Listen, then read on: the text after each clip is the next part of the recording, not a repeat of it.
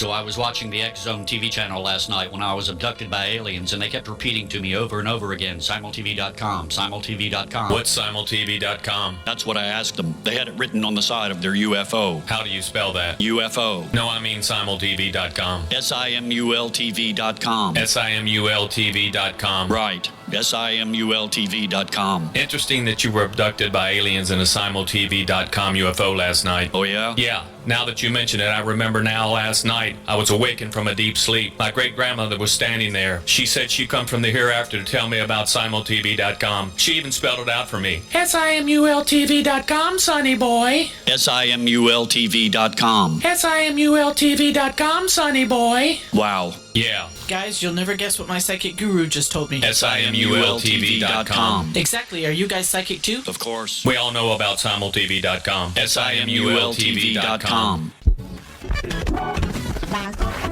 All Hit Radio.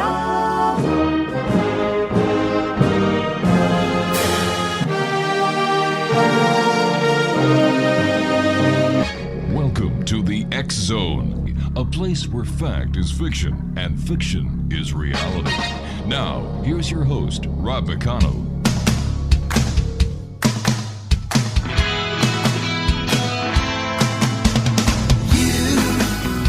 Doing that thing you do, breaking my heart into a million pieces, like you always do. And you don't mean to be cruel, you never even knew about the heartache I've been going through. Well, I try to forget you, girl, but it's just so hard to do. Every time you do that thing you do. And welcome to the X Zone, everyone. My name is Rob McConnell. For the next 4 hours, I'm your host and your guide as together we cross the time-space continuum to this place that I call the X Zone. It's a place where people dare to believe and dare to be heard. It's a place where fact is fiction and fiction is reality. The X Zone comes to you Monday through Friday from 10 p.m. Eastern until 2 a.m. Eastern.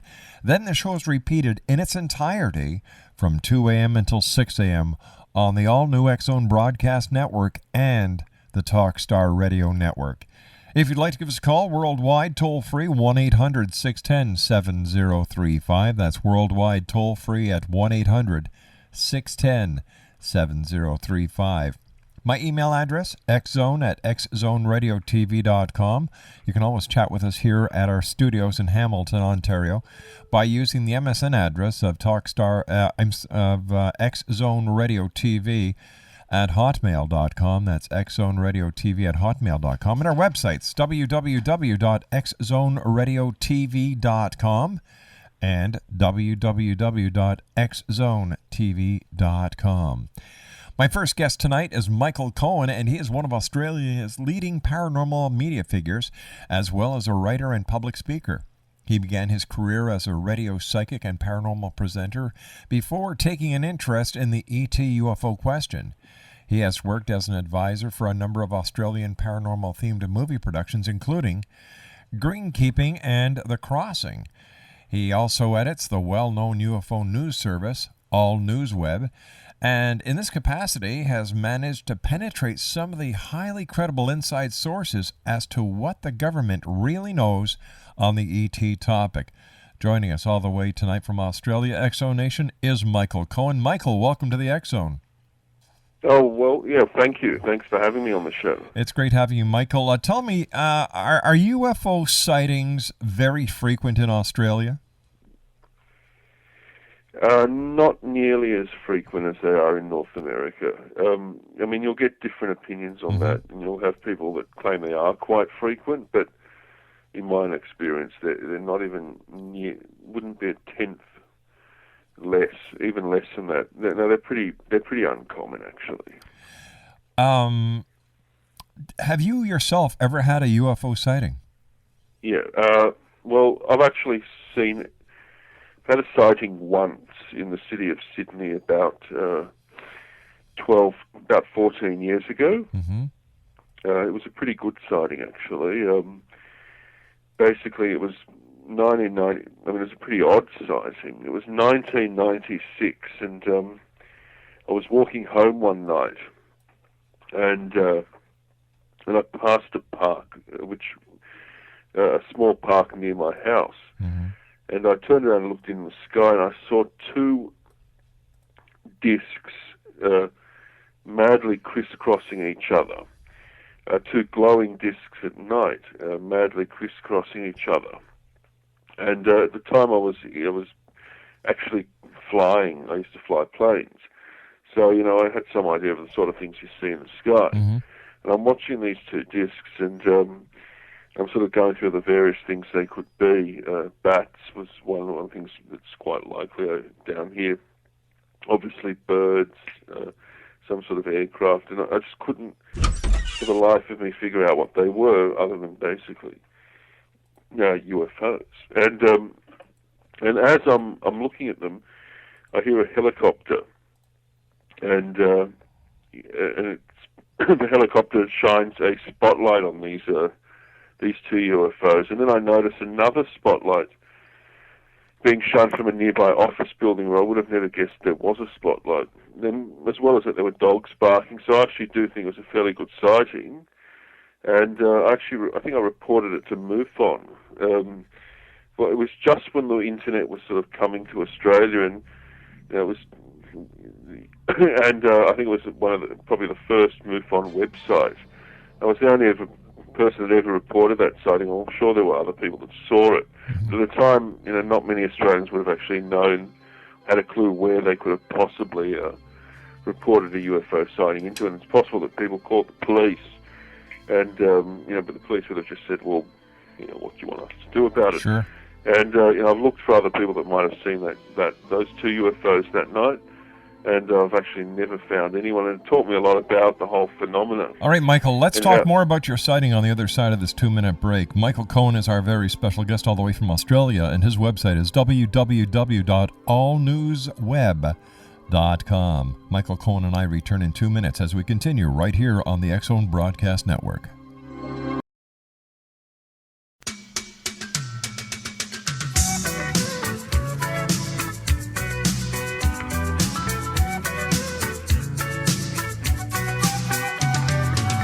Traveling in a fried-out Combi on a hippie trailhead full of zombies. I met a strange lady, she made me nervous. She took me in and gave me breakfast. And she said, do you come from a land down under? Where women go and men plunder. Can't you hear the thunder? You better run, you better take cover. Welcome back, everyone. We're very happy to have Michael Cohen with us from Australia this hour of the X-Zone. His website is www.allnewsweb.com. That's www.allnewsweb.com. Michael, we were talking about your sighting of two discs in Australia, and what did you learn about the UFO community, sighting UFOs, reporting UFOs from your own experience? Well, basically what it taught me is only a fraction of UFOs are ever reported. And most people don't really they don't really care about what they see in the skies. So, for instance, I've worked out that for every couple of thousand times that a UFO might be seen, it's possibly only seen once, and for every hundred of times that it's actually seen, it's probably only reported once. For every hundred times that it's reported, you might get some footage. So, I mean, what it teaches you is that actually, UFOs are probably frequently visiting Earth, but every time you get a piece of footage on the internet, that represents 1 in thousands actual UFOs that actually do come down to Earth. And I can just imagine, to give you an idea, the area that I saw the UFO in, it's the sort of crowd that lives there is probably similar to the sort of people that live in Miami Beach or something like that. Right. Elderly retirees. And I can just imagine that I was the only person that, took an interest in that sighting. There might have been some other elderly people that sort of looked out their unit windows and saw something strange in the sky. Didn't realise they didn't have a clue what it was, and that was it. Certainly I'm the only person that reported it. Spent quite a bit of time looking for people that have, saw that particular event, but I'm pretty sure that what I saw were craft of an extraterrestrial origin. Other than that, there might have been some sort of secret military project, but that's the only other possibility. The whole event lasted quite some time, and I got to look at them quite carefully, and they definitely were doing stuff that no terrestrial type craft could ever do. So it sort of taught me that you've got to keep your eye on the skies, keep looking for things, but obviously the government's aware of what's going on up there because a helicopter, and that's one thing about Australian sightings that even though, like I say, they're not nearly as common as sightings in, say, Canada. Often with Australian reports, you'll hear about helicopters shortly coming onto the scene. So someone even here knows, something's going on in the sky. I must say that knowing a little bit about flight, I don't think that what I saw was a government, a military project. I don't think any human technology is capable of doing what these two discs were doing, but it was as if they were sort of playing with each other and sort of, playing a game with each other, but the sort of maneuvers they were doing were quite impossible. Mm-hmm. So, yeah, it was an interesting sighting. And when I said they're not common here, I should sort of qualify that. They do, much like that sighting, they do occur, but just not with the same frequency. And in the last year or so, there's been virtually no sightings in the city of Sydney. So obviously, like anywhere else, you get times when there are more and times when there are less. Tell me, who do you think is visiting this planet, and what is their purpose? Well, what you've got, you've got a number of races that are visiting Earth. One that I've been told about by certain government sources is a race. There are differences as to what their specific name is, or at least what the name that scientists and the military are referring to them as. But there's a group apparently from Andromeda that's coming here, and the purpose is basically, obviously alien extraterrestrials or civilizations out there taking interest in groups that are sort of acquiring technology. Mm-hmm. And, their purpose is purely scientific or touristic, just looking at different groups that are, it's like, it's exploration, that's all it is. If we were able to sort of get out there, we might take an interest in other, civilizations. It's purely scientific. From what I understand, the aliens that are coming here are completely peaceful, and the governments that are aware of them coming have designated their intentions as peaceful. So we have nothing really to worry about from any of the aliens that are coming. If they wanted to destroy us or harm us in any way, they would have already. Yeah, I believe that as well, Michael. Tell me, in Australia, are there reports of alien abductions or cattle mutilation that is reported here in the United States? Cattle, as far as I know, there are no reports of cattle mutilations, but there certainly are reports of abductions. Actually, abduction reports here are actually quite common. While actual UFO sightings aren't as common as in other places, abduction reports are pretty common. And I myself have done a bit of research into abductions in Australia. Mm-hmm. And I must say that I don't believe in everything that people put forward in relation to, the alien ET question. Like, I'm not a massive believer, for instance, in crop circles. Right. There are websites on the internet that, how to make a crop circle, and people boasting about crop circles they've made, and there's plenty of evidence to suggest that they might not be anything alien. But my own research has actually led me to believe that alien abductions are real. And one of the things that sort of interested me about that is hearing different people's accounts of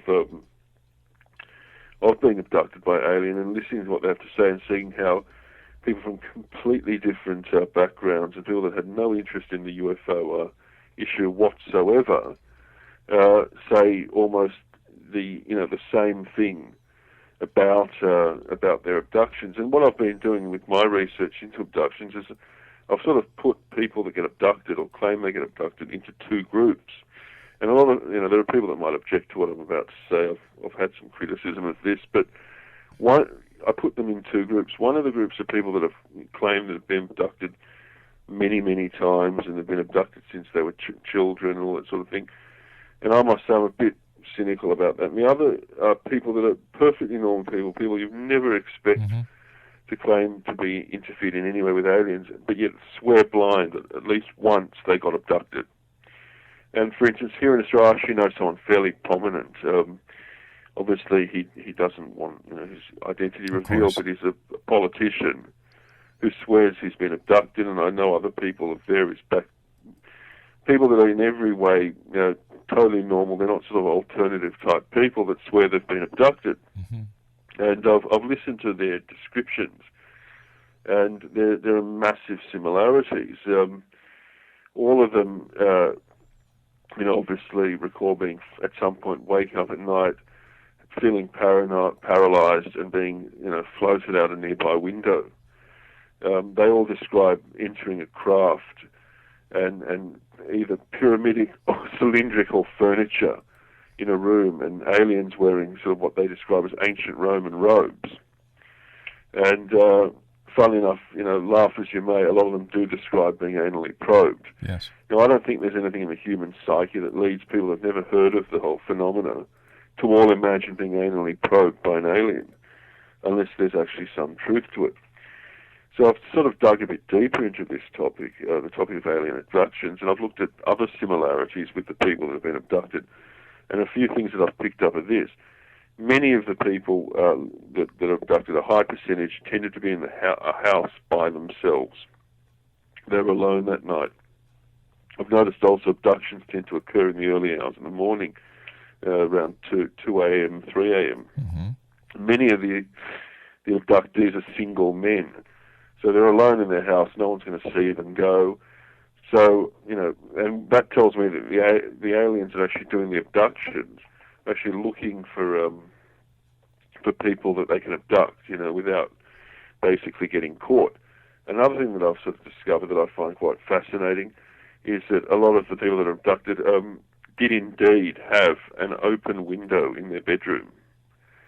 So once again, the aliens were kind of making things easier for themselves. They were looking for people who did have an open window. And another thing that I also discovered was that in virtually all the cases I looked at, that open window faced a street, faced a sort of wide boulevard-type street. So again, you've got a situation, and so it tells you a lot. It tells you the aliens that are doing the abducting are, like I say, making things fairly easy for themselves, looking for people who won't be missed, looking for windows that are sort of inconvenient positions to allow someone to be floated out a house. Now, I've done a lot of study in this, and I've gone through like dozens and dozens of cases, and I don't believe it's a coincidence that something like 80% of the abductions that I think are genuine, involve an open window facing a fairly well-lit street. I'm not saying that aliens don't have the technology to see in the dark. They probably do.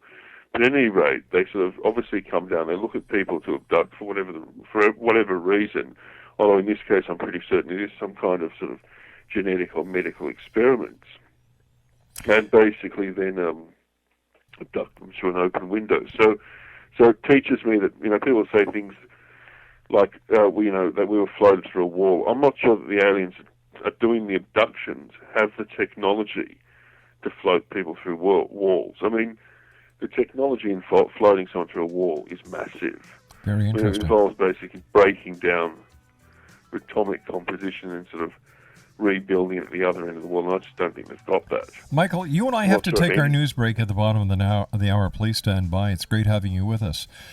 Michael Cohen is my special guest. He is one of Australia's leading paranormal media figures, as well as a writer and public speaker. And he's also the gentleman behind www.allnewsweb.com. That's www.allnewsweb.com. Michael and I will be back on the other side of this news break as the X Zone continues from our studios in Hamilton, Ontario, Canada, on the X Zone Broadcast Network and the Talk Star Radio Network. Don't go away.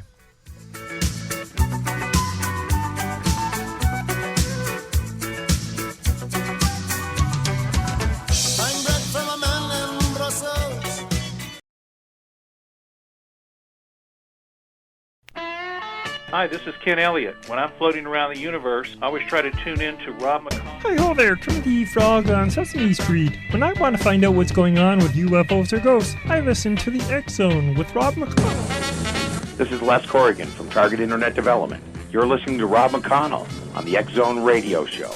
This is John Hogue, prophecy scholar, and you're listening to Rob McConnell in the X Zone. Welcome to the X Zone, a place where fact is fiction and fiction is reality.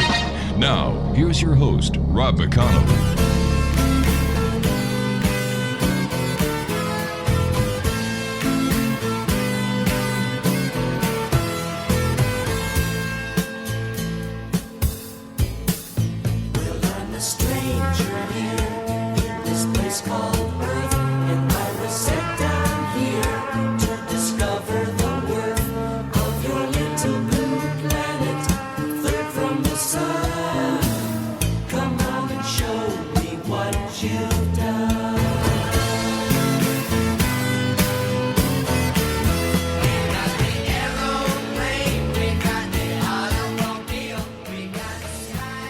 Michael Cohen is my special guest, and as I was saying before we went to the break, X Zone Nation, Michael is one of Australia's leading paranormal media figures, as well as a writer and public speaker.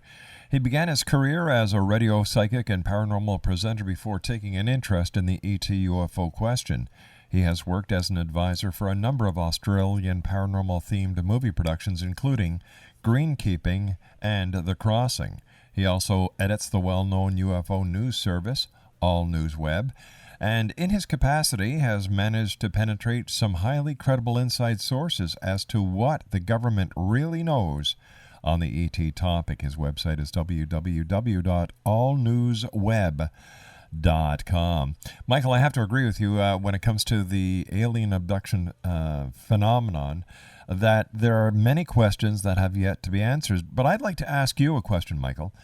What is your opinion of people who are brought into a regressive hypnosis situation and then asked about an alleged alien abduction? I mean, yeah, well, I've got a pretty strong opinion on a firm opinion.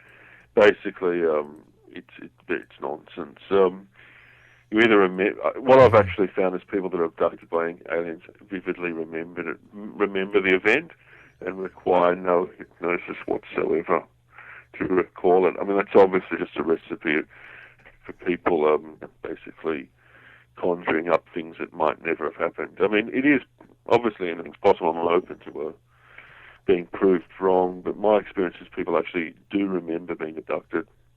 What I've actually found in cases that I feel are genuine is that people strongly remember the event the next morning, and as sort of time goes by, months and years, it becomes, well, I suppose, like anything else, really.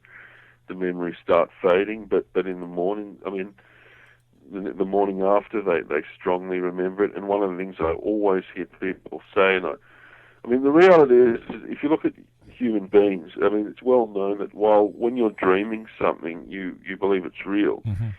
One of the signs of a dream is that the minute you wake up, you realize it wasn't. Now, occasionally get the odd sort of dream where you sort of wake up, you still think it was real for a little while, and occasionally get the odd dream where you sort of think it's real even the next morning. But one of the things I've found with abductions is people swear this was not a dream. I was lying in my bed and I started sort of feeling myself. I started feeling unusual usually, and at some point I started levitating out the window. This wasn't a dream. This really happened. And when I found sort of physical evidence like open windows, and another one is that abductions in Australia tend to take place in summer, right? Because people do have the window open, basically. And, I suppose for aliens, it's just like human beings putting a sedative in a lion or something like that. They go out, they want to capture a lion and so they can track it or something, and they just go, oh, there's one in a convenient position, he's not near the herd, whatever.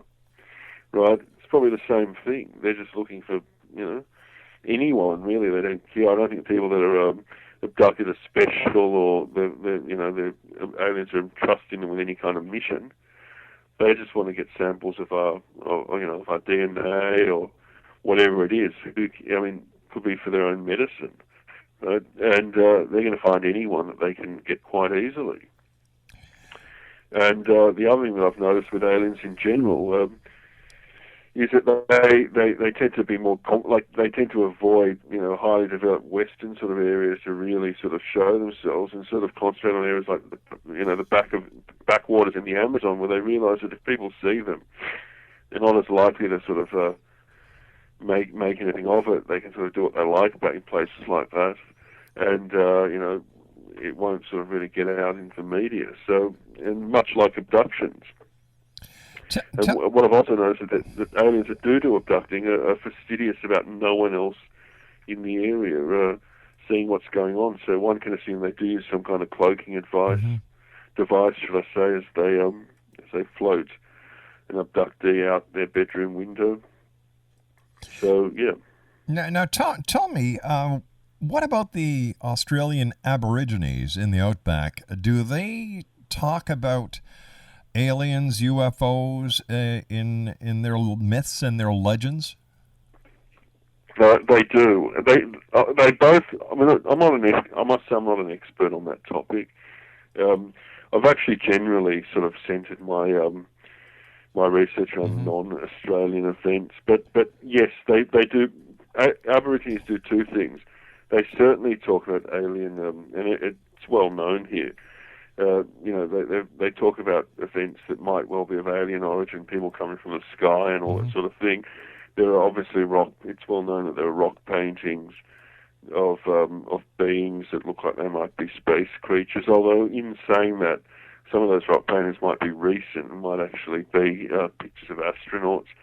But the other thing about Aborigines is they have a much higher incidence of alien encounters and UFO sightings than any other group in Australia, and the reason is quite simple. They're basically in outback areas. The sky's a lot clearer. By all accounts, UFO encounters in Australia tend to centre on the outback. I live in a suburb called Coogee in Sydney, which is a sort of beach resort. It's quite nice. And there aren't a lot of sightings here, but there was one recently where a gentleman swore that actually on the street I live on, the very street I live on, and there's a UFO researcher by the name of Bill Chalker. He knows a bit more about this, but basically a UFO, he was walking one night drunk, which doesn't obviously give the story a great deal of credibility, drunk from the pub, which is the bar, and he was walking along the street that I live on, and a UFO landed in front of him. A saucer basically descended, and then after a minute just disappeared, shot off into the sky. And one of the things Bill said was, even though obviously the guy was apparently completely drunk when he had the sighting, apart from swearing that it happened, Bill did say it had the typical sort of signs of a sort of good UFO sighting, and not well known, much like Canada, where obviously as the government released their files, not with much fanfare, did it sort of quietly, but they're there. Much the same happened here. Australia, years back, basically declassified its UFO files, and there was, in fact, I was reading through those files, and there was a similar sighting that was seriously investigated by the government. It was on a beach not far from here, at Harbour Beach, where also a man was just sort of sitting there in a saucer, basically descended to Earth and then shot off. But yeah, I mean, the thing about UFOs, I think the point I want to make is the one thing that's seriously lacking with UFOs is any publicly released really convincing footage, and that's obviously something that concerns anyone that's into this topic. Why is there no, at least publicly released? I mean, there's all these stories there's thousands and thousands of people that swear they, saw something that couldn't be an earthly craft. And yet there really isn't. Like, the amount of time I've spent looking for good footage is incredible. And I mean, obviously on the website All News Web, I often get, I put something up and it gets criticised by people, and often they make the point, there's plenty of good footage around, but this isn't an example of it. And I'm thinking to myself, and I always say it, please show me your good footage. Where is this plenty? Because there actually isn't plenty of good footage. I think I'm familiar with every well-known piece of footage that's out there. Mm-hmm. Right, and then I'm obviously familiar with stuff that's not well known, but and there actually isn't a lot of good UFO footage, and the question needs to be asked: why is that the case? And I'm certain that I'm pretty certain we are being visited by aliens, but I don't think they want good footage. I think that the whole thing is done in a way that they themselves control. The aliens that are coming here, they control their interaction with us, and they're not prepared at this point for us to get really good footage of them coming here. It's that simple, and they have the technology and the ability to make sure that when they want to see someone, they do so, at night when the person probably doesn't have anything. And even if the truth is, people go, well, did you have a mobile? Did you have your camera on your mobile phone when you saw a UFO? But if something happens in seconds, realistically, scrambling for a mobile phone late at night to take a picture, any alien any UFO worth its salt can sort of get out of the way before that happens. That's so, and I think that is what's happening. From what I understand, there's definite idea out there in the universe that you don't interfere with civilizations that are sort of going from non-technological to technological. You allow them to sort of develop at their own pace. Tell me, do you think that the aliens actually have a message for humanity? And if so, Michael, what do you believe that message to be? I don't think they have a specific message per se for humanity, although they are concerned with I've no doubt that they look at us as a fairly barbaric group of people. Mm-hmm. A barbaric civilization or race. But what I'll say is this: I think one of the things about UFOs that I want to sort of make clear is people squabble over the details. And there's did this event happen? Did Roswell really occur? But I think it needs to be said to people that obviously listen to the show that one thing that is certain is we are being visited by aliens, and at the very least, the major governments of the world are aware of this. To what extent they're actually interacting with the aliens is up to debate, and to how much they know about the aliens, how much they actually know, that's a matter of debate. But I have no doubt, and I've personally, obviously with the website and that, it gets a lot of readers. It gets some months you get 500,000 readers. So obviously I'm putting feelers out there, and if there are people that want to sort of send me stuff, people that work within government departments, I'm going to get a little bit of that from time to time, and I do get a bit of that, and I have some really, really good sources. And obviously, the good sources want to be confidential, but there's no doubt about the fact that the major governments are aware of aliens visiting Earth. Now, in terms of a message, there's no real message per se, but one thing various governments are studying this phenomenon have realized is there are certain ethics that it seems that alien civilizations that are visiting us have. And one of the things that I talk about is this idea of the biocosmic equation. And what is what that basically what that's all about is that for every it's an equation that says for every planet for every X number of planets there's one bears some form of biological life.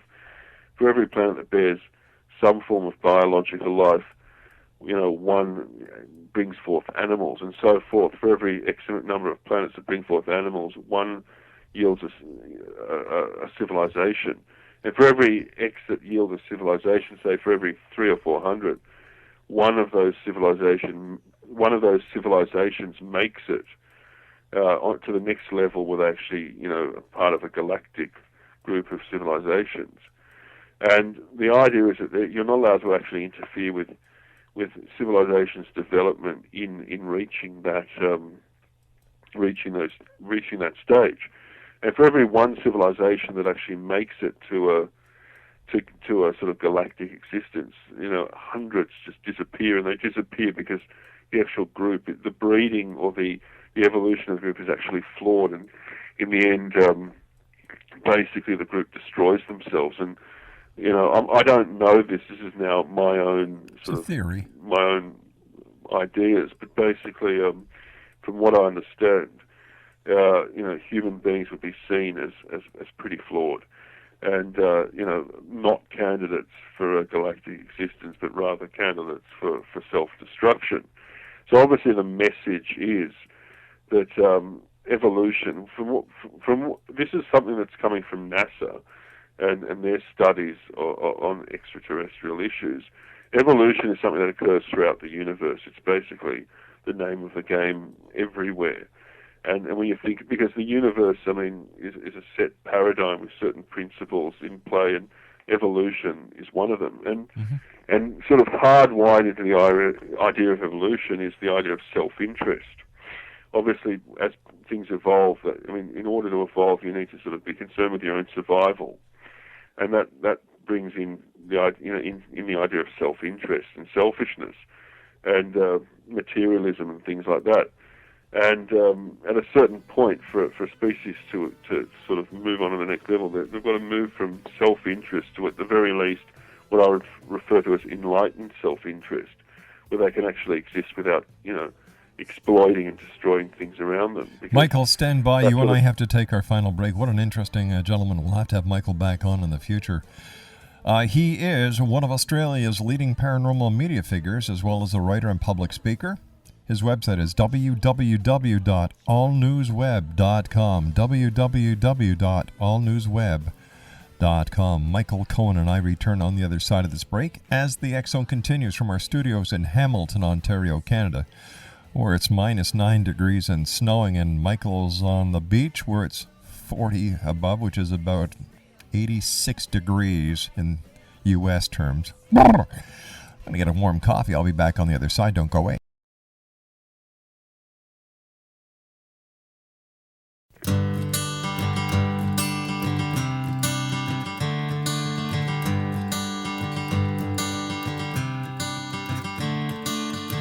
Another turning point, a fork stuck in the road. Time grabs you by the wrist, directs you where to go. So make the best of this test and don't ask why. It's not a question but a lesson learned in time. It's something unpredictable, but in the end is right. I hope you had the time of your life. And welcome back, everyone. Michael Cohen is our very special guest this hour. His website is www.allnewsweb.com. That's www.allnewsweb.com. Michael, what is the official position of the Australian government when it comes to UFOs and ETs visiting Australia? Well, obviously, as I mentioned earlier, there were files that were kept by the Defence Department, and they were declassified. But the official opinion here is complete denial. And I've actually myself approached a couple of politicians on the matter here, and Australia makes no concession. But what I have actually noticed is a lot of people. Obviously with the news website, I have a lot of people that I'm in email contact with that work for various sort of government aviation departments and science departments, and there's a lot of belief amongst those people in UFOs, sort of people that work for those departments, but the government itself, it's actually the last government on the planet Australia's a very conservative country, actually. It's not the sort of country that goes out on a limb and does something radical, and it's complete denial on the issue. You won't hear anything about it, and possibly even not a great deal of interaction with the issue. They'll just defer that sort of thing the United States, they would have realised a while back that if there are aliens visiting Australian airspace, they're not really doing any harm anyway, and that's right. I don't think they'd really even bother with any resources. I'm not sure there's all that much UFO-wise happening in Australia. Michael, as I said to you on the break, it's been great having you with us for this past hour, and we're going to be making arrangements to have you on and in the near future, and maybe we can do a regular UFO feature because you are a source of international reports, and we are a source of getting the international media out there and talking about this every night here on the X Zone. Let our listeners know more about you and where they can find out where they can reach you on the web, and what are the kind of stories you carry at All News Web? Yeah, the place that I sort of do most of my reporting is allnewsweb.com. And, what we do is we look for credible sightings around the world and we put them up. And, I mean, that's part of the proof of, the fact that there is something of a cover-up on this issue is that prior to All News Web sort of opening its doors, so to speak, you used to have this comment commonly made, and I sort of laugh at it. Comedians would say it, and people that want to sort of have a laugh at the whole UFO issue would always say, what is it about, UFOs that the only people that see them are kind of rural folk in Kentucky or wherever? Well, that's just plain not true. And, in the past, without the internet and things like that, you could have sightings, 50 sightings a day in, say, China. China's got an incredible number of sightings on a daily basis, right? And no one in America would know it. And in fact, until All News Web opened its doors, the vast majority, if not pretty much all the sightings that occurred in places like China, just went unnoticed to English speakers. And we try to sort of get sightings up there and make people aware of them. And actually, interestingly enough, one of the things I found funny today is there's a sighting that's getting a bit of publicity in Canada. It's the one, that sort of streak through the sky. Now, I don't think that's an alien craft. I mean, Michael, we have to say so long for tonight, but we will have you back on in the very near future because I'd like to talk to you more about UFOs in China as well as the other stories that you cover in allnewsweb.com. Michael Cohen has been my special guest this hour. I'll be back on the other side of this break talking about the Bermuda Triangle. Don't go away.